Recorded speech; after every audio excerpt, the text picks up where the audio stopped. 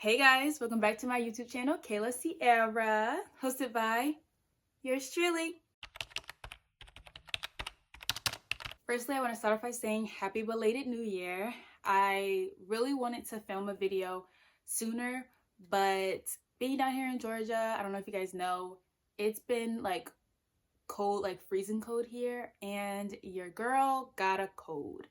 And with that cold, I lost my voice like for almost like a week. My voice was completely gone and I sounded like this. So I didn't want to record a video and have to like really edit my voice because it would have just sounded like extremely fake. So I was like, let me just heal and get better and then record. If you're new to my channel, it's lovely to meet you. And if you're family, it's good to see you. With it being a new year, I have set my reading goal for 50 books.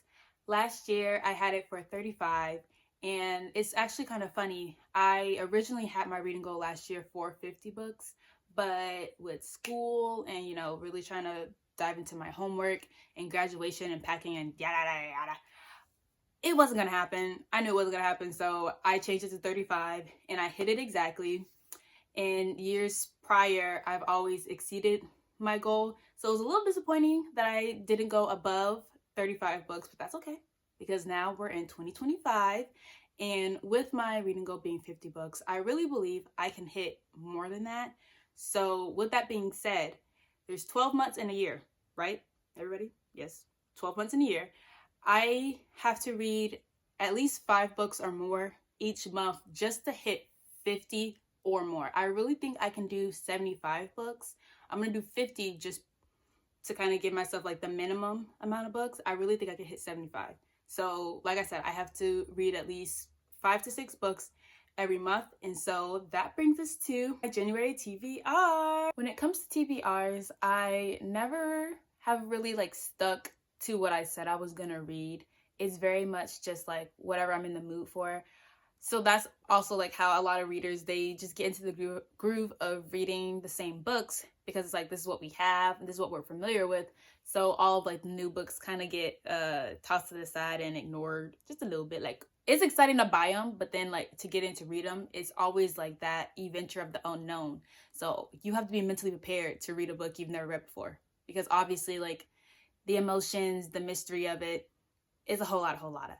But I am truly committed to this TBR that I have, and this is going to be in no order at all. This is just what I have in front of me. So we have Nightbane. I read Light Lark last year. I borrowed it from a friend, and I borrowed this from a friend.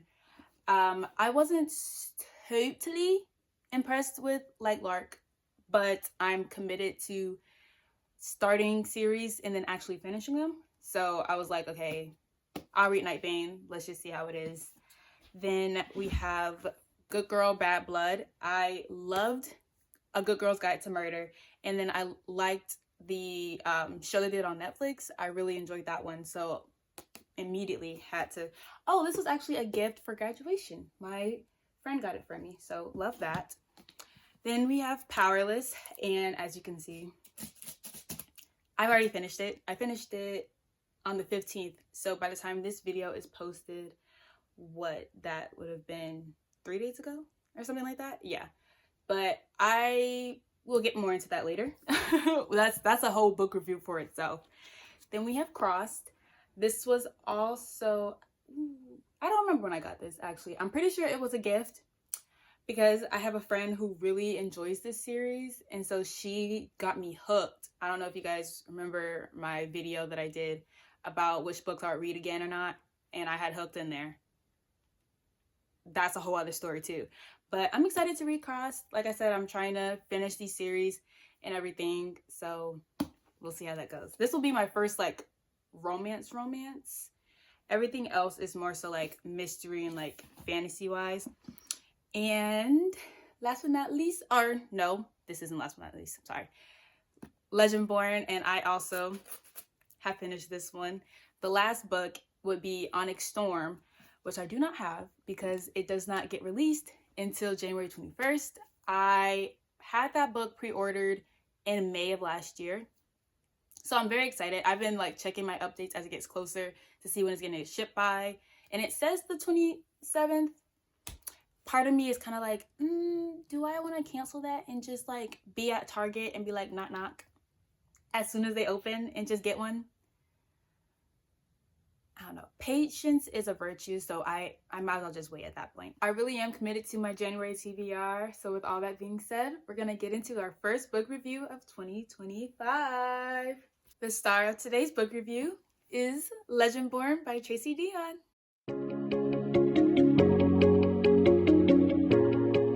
Like always, I will include the synopsis of the book on the screen so you can pause to read it. I rated this book 5 stars. It took me around 9 days to read it, and it has 493 pages. Before reading this book, I've always just seen it in stores. I spent a lot of time in the science fiction and fantasy part of Barnes & Noble and bookstores, so it's always just right there. And I've picked it up several times and always put it down. I'm not sure what possessed me to not buy it back then, but I am truly glad I have bought it and read it now, because this book has to be one of the best YA fantasy books I have ever read. Legendborn is a beautiful tale of grief, power beyond our years, and self-discovery. Bree is a 16-year-old girl who is struggling with the loss of her mom and is now on this college campus where she has her best friend Alice, but Bree very much isolates herself. She is on a path of self-destruction because of her anger and her resentment and not truly dealing with and trying to heal her grief. So in the beginning of this book, she kind of refers to herself as having before Bree and after Bree.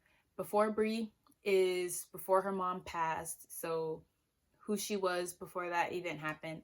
And after Bree is almost described as this rage-like monster inside of her that is just bubbling, and she has to do everything she can to keep it contained because she doesn't want people to know what she's truly dealing with, especially like her dad. He, of course, like any parent, you lose your spouse, but then you also know, like, my child just lost its parent. So he's trying to be there for her and everything, and so she's keeping after Bree hidden from everyone, even her friend Alice. So when she encounters this magical attack on campus, her first night on campus at that, instead of being like, okay, cool, like I know I wasn't drinking, I know I'm not on drugs, but I'm just gonna go with the fact that I didn't really see what I was seeing, like I must have been high on something, even though once again, like, she's sober, and went about my merry business and tried to just forget it. But she doesn't do that. And while I can't fault her completely, because the person fighting the creature does try and wipe her memory of it, because obviously, like, you weren't supposed to see that. It don't work. So that pushes her even deeper to like want to figure out what that was. And I don't think I could do the same. I think this is one of the reasons why I love fantasy books so much, but then just books in general. It's because it's kind of like a cool thing to be like, what would I do in this situation? And I would have minded my business. Even if the little mesmer thing didn't work, if he wasn't successful in wiping my memory, I would have went about my business and fully just been like, I'm going to pretend like I didn't see it and just hope and pray to God that I can truly convince myself of that. She don't do that. She fully is like, this is not my business. Screw everything else. The reason why I came here, my education or whatever. This is about to be what I do in my free time. I wouldn't do that per se, but there's a reason why I'm not in this book. An aspect that I really found myself enjoying throughout the book was the legends of King Arthur and the Knights of the Round Table. That is where the fantastical element of the story comes from. I don't know much about King Arthur and the Knights of the Round Table. What I know about, like, you know, of course, like Lancelot and Guinevere and like that whole little spiel. I know what I saw in Once Upon a Time when they had that story a part of, I forget what season it is, but when they included King Arthur and his story in the show. And then I believe there was a movie on Disney Channel that they did. I have to look it up. I don't remember the name of it, but I'm pretty sure that was another thing that there was kind of like about King Arthur and the Knights of the Round Table. So this book was truly a history lesson for me in that aspect. And not that it was, no, I'm going to say it. It was confusing. Because when you have this much backstory and this much history and so many characters, it gets overwhelming. And I think that's the reason why it took me so long to read it, is because you have all these intricate characters throughout history and their descendants. And so having to learn like the family tree and how everyone is connected to whoever from that part of history was definitely like, okay, I remember your name, but I don't know who you're related to.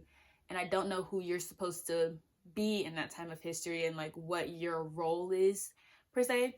So it did take me a while to understand it. And I'll be truthful, I just kind of ignored it at some points. I was like, okay, like she's blah, blah, blah, and he's da, da, da, da. Great, moving on. Because the main points that we're really trying to get across was Nick was King Arthur's descendant. Sel, I think that's how you say it. It's S-E-L. I say Sel. If it's not Sel, then y'all can correct me in the comments. But Sel is Merlin, and there's no talk of Lancelot until the end of the book. But Nick being King Arthur's descendant, that's like the whole big spiel. So when Brianna decides that she's going to implant herself within this order of Legendborns, that's what the group is called, Legendborns, and Brianna as a human, she's once born. That's also something I had to make sure I was telling the difference between, because the born part was sometimes all my brain was connecting to, so I'd be like, no, it's once born and then Legendborn. But Brianna is supposedly once born, she's human, so her being brought into the oath is not a thing that happens a lot. It's very much like people were looking at her and Nick like, what are y'all doing? Like, how is she going to be a part of our group and then be committed to protecting our people and then fighting these demon-like creatures and stuff? This girl, she can't fight nothing. What the? Okay, sure. Nick does it though, because ultimately the reason why she does it is because after Sel fails to mesmerize Brianna twice, now at this point, she has a flashback to the night when her mom is in the accident and she dies, to someone also trying to mesmerize her back then, and she's getting flashes of those memories that she didn't realize she had before. And so that's why she wants to infiltrate the order and try and see if she can find the person who mesmerized her and her dad, because she's like, if y'all are the reason my mama is dead, oh, I'm coming after y'all. Which, once again, she's human. Like, what are you gonna do? They have powers and you don't have any.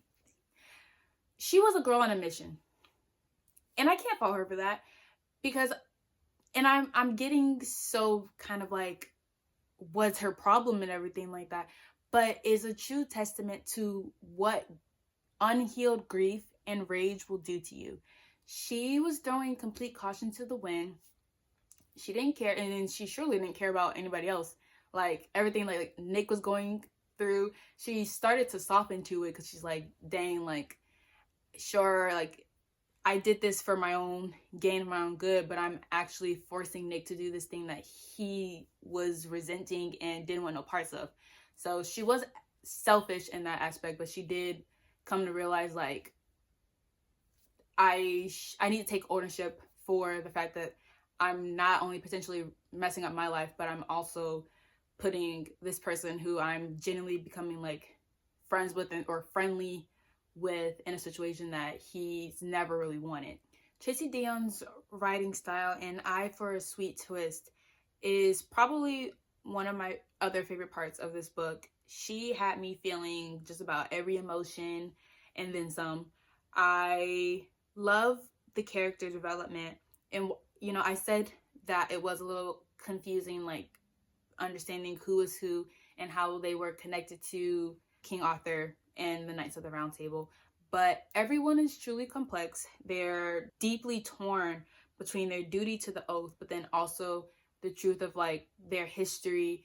And because when Bree comes into the fold of this, she kind of just ruffles everybody's feathers. Like, you know, there's those few characters who are like, hey girl, or whatever. Those characters who really like Bree and are accepting of her despite the fact that, you know, everyone's like, oh, she's a once born. And then also the microaggressions and racism that Brianna is dealing with as a young Black woman. It's truly a testament of, I've been raised that this was going to be my life. I've trained for this. I sleep, eat, and breathe this thing. And once Brianna comes into the fold and she comes into the oath and they start doing their trials and everything, it's like, how did all of this start happening once you were thrown into the mix? So that's also why Cell is very much like, no, I don't like you, like you're bad for this, you don't belong here. He's number one hater for sure. And I can't say that I blame him, but then also it was just like, okay, like the way he was all up on Brianna, sometimes just like accusing her and stuff or whatever. And it's like, hop off my girl's back. Like, relax and go do your job and protect Nick. That's your job. Don't worry about me. Well, we should be worried about Brianna, but that's neither here nor there. Back to the history of it. It's one of the main things that I took away from this book is the importance of knowing your history and also being able to share that with your family. I'm going to switch from talking about King Arthur and everyone to Brianna. She has discovered that she has this power inside of her and she doesn't know where it comes from. Her dad has her now in therapy trying to help with her grief and her kind of like lashing out behavior. So she starts going to therapy and her therapist Patricia introduces her into rootcraft, which I had the pleasure of learning is a part of Black history. Patricia starts to teach her about rootcraft and even tells her that her own mother, Brianna's mother, practiced it, which was something that Brianna also started to grow even more anger about, because it's like, why didn't you teach me this? Like, this is something you did, so why didn't you then pass that along to me, sort of thing. And so Patricia takes her on her own little journey with magic, aside from like what she's dealing with the Legendborns, and being able to connect with Patricia's ancestors and how they use rootcraft back then. And like I said, there's a lot of themes and messages about racism, and it's very evident, and I think it's important for Brianna to experience, and not just a mental way, but then also physically. Having that burden of knowledge isn't what it always is copped up to be. It's really dangerous and it can do more harm than good, which at the beginning and kind of like throughout the middle, it was seeming like it was doing more harm than good. The more Brianna learns, not only about the Legendborn's history, but then her own history with her ancestors, it just seems like all of this knowledge and her own struggle with grappling with not only after Bree trying to make an appearance every once in a while, but she's also experiencing powers that she's never experienced before. it's very much just like it becomes too much for her, and she doesn't take a break. That, I think that's one of the things where it's like, when you see such angry and feeling characters, you just want to scream and be like, take a break, come away with us for the summer, let's go upstate. A little Hamilton reference, but my point still stands, and I just wanted her to relax and to just feel what she was feeling, and allow Afterbree to have whatever kind of outbreak she needed, because ultimately, in her case, I think that's what she would have needed before some of these events started happening, at least throughout them too, as she was learning everything. She needed a moment of just like, I'm about to explode, and understand, wow, breaking down can just feel like rock bottom. It ultimately is just a complete release of everything you're carrying.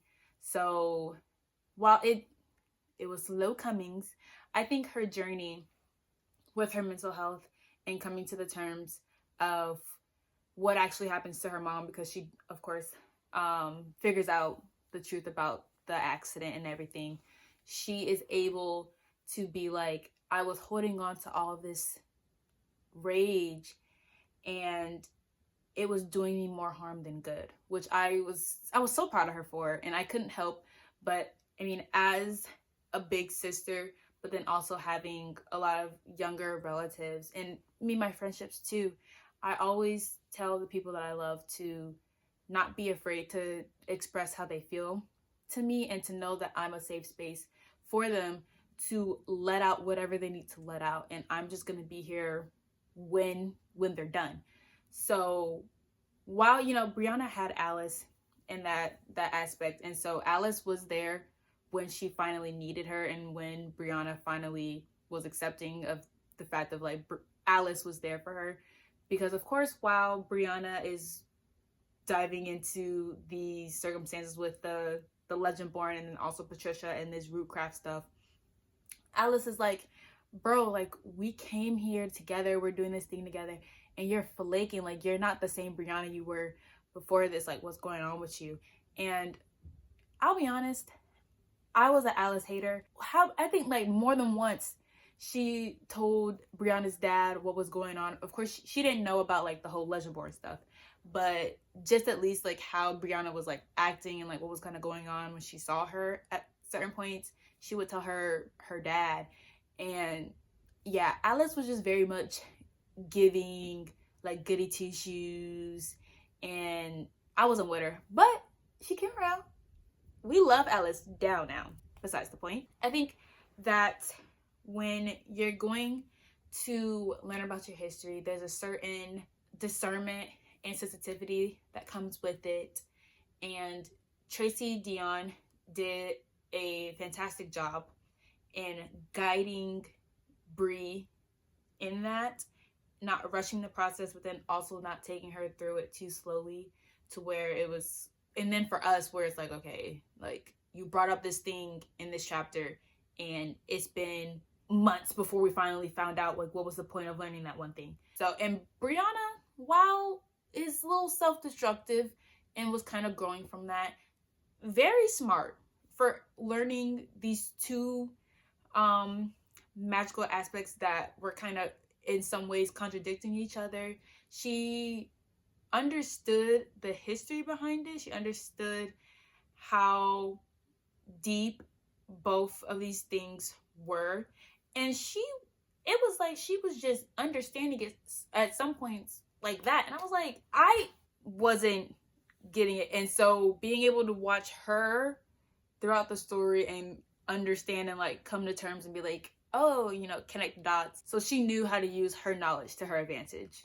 Like I said earlier, Brianna does come to terms with the truth about her mother's death, and then also the truth of the powers that are lying within her. I have to round of applause, because her journey from the beginning of the book to the end is one of the most gut-wrenching and arresting stories I've ever read.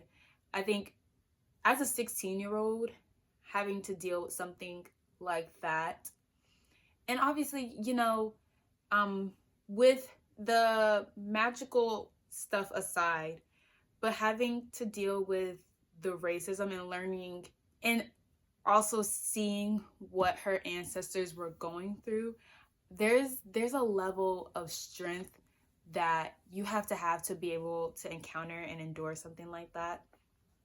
And I applaud Brianna, but then I also applaud Tracey for this, because as a young Black woman, you know, it's hard to read things and learn anything really around racism, because obviously it's like we can't do anything about the color of our skin. That's not something that we can change, and something that I would never change and that I truly love about myself. It's necessary for Brianna because she found the strength behind what her ancestors went through to fuel what she needed. By the time the book ended, she had everything she needed. She didn't need after Bree anymore. There was no more after Bree or before Bree. It was just her, and she accepted everything. And it's just her growth. Her growth is something that you can only hope a person can go through when it comes to such harsh realities of like what you go through, whether that's experiencing racism or grief or loss of a loved one. Anything that can just be so taxing on your mental, emotional, physical health, and being able to come out of the tunnel to the light and see that like I survived this thing. There are many beautiful things in this world, but that has to truly be one of the purest, most beautiful things ever. One of the things I didn't really care for in the book was, once again, all of the side characters. It was just truly overwhelming. And while I understand and know the importance of having them, because it was significant to the book, it was very much just like, your girl didn't know what was happening a lot of the times. And seeing all these names, I was like, where is Brianna? Where's Nick? I was like, where are these people? Or even William. And William was actually one of my favorite parts of the book. That's aside from the fact I completely forgot about William. William is amazing. Love him in this book. He's a healer. Anyways, I did appreciate the fact that she puts like a guide at the end of the book. Where is it? To kind of like explain the history or the bloodlines. And hopefully you guys can see that. But this really helped. I wish I had known about it sooner, because it really would have helped me understand all of the characters. So if you decide to go and read this book, definitely take a look at the back and look at this little bloodline chart, and then you'll be able to understand it more. Or if you're just a history buff and you just pick up on stuff like that, good for you. More power to you. Love that for you. Another thing I didn't really care for in this book was the added element of romance. I think while it's nice, there's too much happening to be then like, oh, my feelings for this person is conflicting, like what I'm doing. It just adds like a new can of worms, and it's like now I'm really just out of control with what I'm feeling. I'm not a big fan of love triangles, so it bothered me a little bit. While I liked it, I liked Brianna paired with one person. I'm not gonna say who. The other person was very much just like, why?